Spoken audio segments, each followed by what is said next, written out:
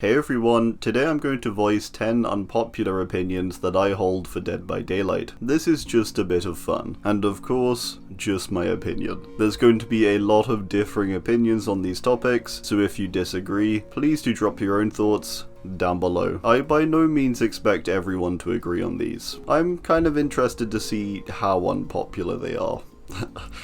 Let's get into it. First off, there are too many perks. Delete or combine some. I think something that has become evident is that currently there are far too many perks to handle, 191 to be precise, about 20 of which are considered consistently good. I think we could honestly benefit from straight up deleting about 25% of the perks, Thanos snap style, or alternately combining the ones which overlap. Some examples: overwhelming presence, unnerving presence, and distressing. Slap them all together. This is not happening, and resilience. Put them together. No one left behind, and hope. Stuff like that. I don't want this to happen. I'd much rather many of the perks be individually addressed and altered, but I simply don't see that happening, which is fair enough. It's a lot to do. So yeah, next best thing I feel is combine the bad ones with similar effects, or just delete them. It's clutter which bloats the grind, and doesn't add to variety enough to justify being there. Alright.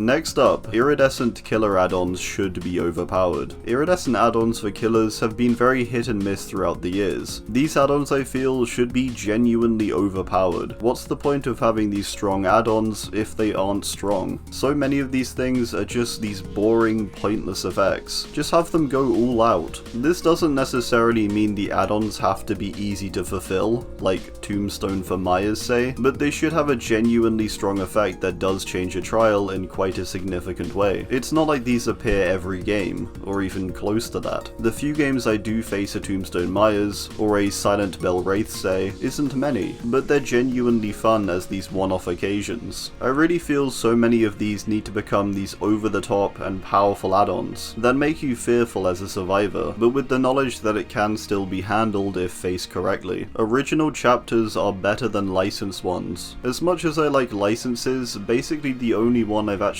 wanted is Resident Evil, and yeah, I'm happy we did get it. Further, I know licenses are important for this game, and I don't suggest they stop doing them. However, I still find the release of an original chapter is far more exciting than that of a license. The possibility of a new chapter truly being anything is really intriguing, and makes me look forward to an upcoming chapter even more, over a chapter that's already established, and so for killers say, probably has to have their power fit into that established thing. An original character can look completely unique, have any power, have any kind of lore. The possibility is limitless, over the limited possibility of a license. Lots of the licensed content is great and is adapted well, but I still personally prefer a totally original character joining the roster. Next one, Boons are fine. This one I imagine is on the lower end of being unpopular, after its nerf from 100% heal speed to 75% heal speed. However, the general consensus still seems to be that boons are too strong and are unhealthy for the game. I disagree. I think they're great, and one of the few interesting changes to the survivor meta that we've had ever really, in the past 6 years. I think when they were added, it was a bit of a shock at first, but really boons I think have been largely healthy for gameplay, or more so shaking things up for gameplay, which I would argue is a healthy thing. The only point where I believe they were going a bit far was Circle's original PTB iteration, which gave 100% healing speed, and allowed you to overlap the totems, and also stack healing perks for insanely fast heal speeds. At the moment though, they feel fair, they shake things up, and they don't even appear that often. I've found the majority of my games, at most, there's like one guy with a boon, and typically we don't even have a totem up for most of the game. As killer, sure they can be annoying, but they're fine to deal with. It's not like they're hard to locate, and the animation itself is incredibly quick. Alright, moving on. Midwich is a good map and always has been. This I reckon is also going to be fairly 50-50 for what people think, although I do think it's largely unpopular still. Midwich since its release has always been looked at in a bad light. It was unpopular unpopular because of it being indoors, it having awkward movement between floors, and also many areas and rooms being too dark and hard to navigate. I've really come to like this map though, because I was the same when I first played on it. It's now probably in my top 5, I'd say. I like this map's consistent tile spawns, I like the shape of the structure itself, and the environmental things that act as loops. And although it is a little too dark and could use some brighter areas, the ambience is so spot on. Artist is the least fun killer to face. I've come to find that Artist is probably my least favourite killer to face. Most other anti-loop killers,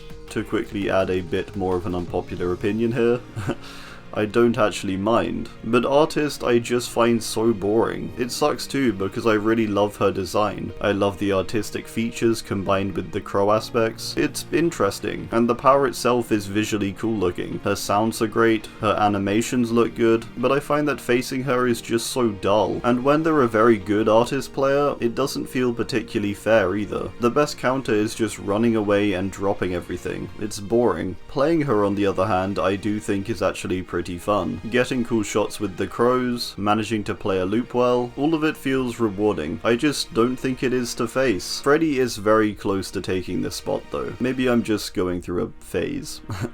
Making any perk a game mechanic is a bad idea. This one is going to be a bit controversial, I imagine, with so many people wanting to see borrowed time as a survivor mechanic, or DS even. I just don't like that at all. I feel doing something like this kind of defeats a whole aspect of gameplay. Part of what makes borrowed time powerful, say, is that it's present even when it isn't. When a survivor is unhooked and you go to hit them as killer, you're aware they might have BT, but there's possibility they don't. It's a risk, and it's something you need to take into consideration. Making it base kit just means there's never interactions like that. Now you just know it's always there, and all that would happen is people wait 12 seconds before hitting. It removes that interactive element of the perk, and that risk for both sides. I think that makes sense. Perks like BT and DS are strong partly because of their passive effect when they aren't even being used. We don't really need them as base kit. They already act as a far more interactive way to stop tunneling, even when no one is using them. In a weird way, they already are base kit. Self-care is a good perk, and I'm tired of people saying it's not. This I think is another one which is very 50-50 and leaning to being unpopular. Self-care, as detrimental as it has potential to be for the team as a whole, lets you heal yourself on command as many times as you like, and can further stack with other perks and items when it comes to heal speeds. Being able to heal yourself is such a huge benefit over the killer, and alleviates a ton of pressure. It's not always the most efficient perk, but the effect is a good one, and can often be a positive. I think the main thing with it is just knowing when to use it, rather than always using it,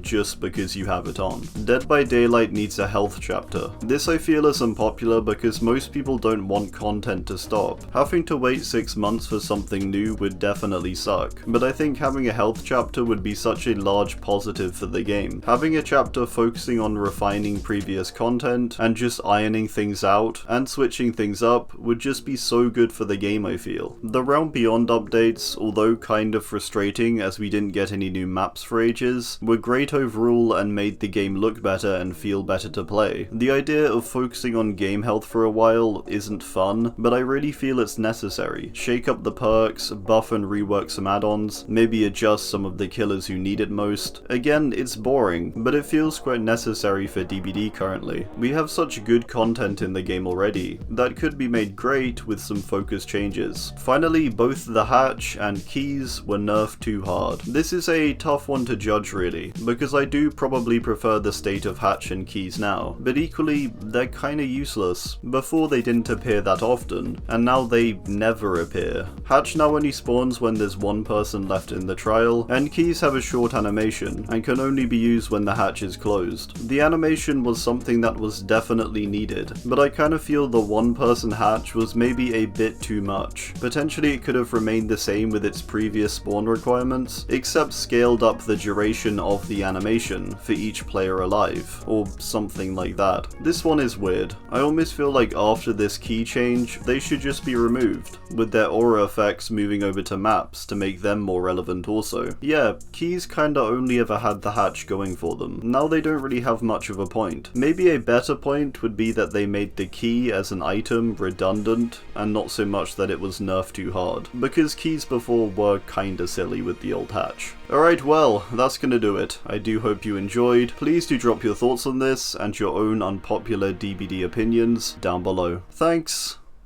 and goodbye.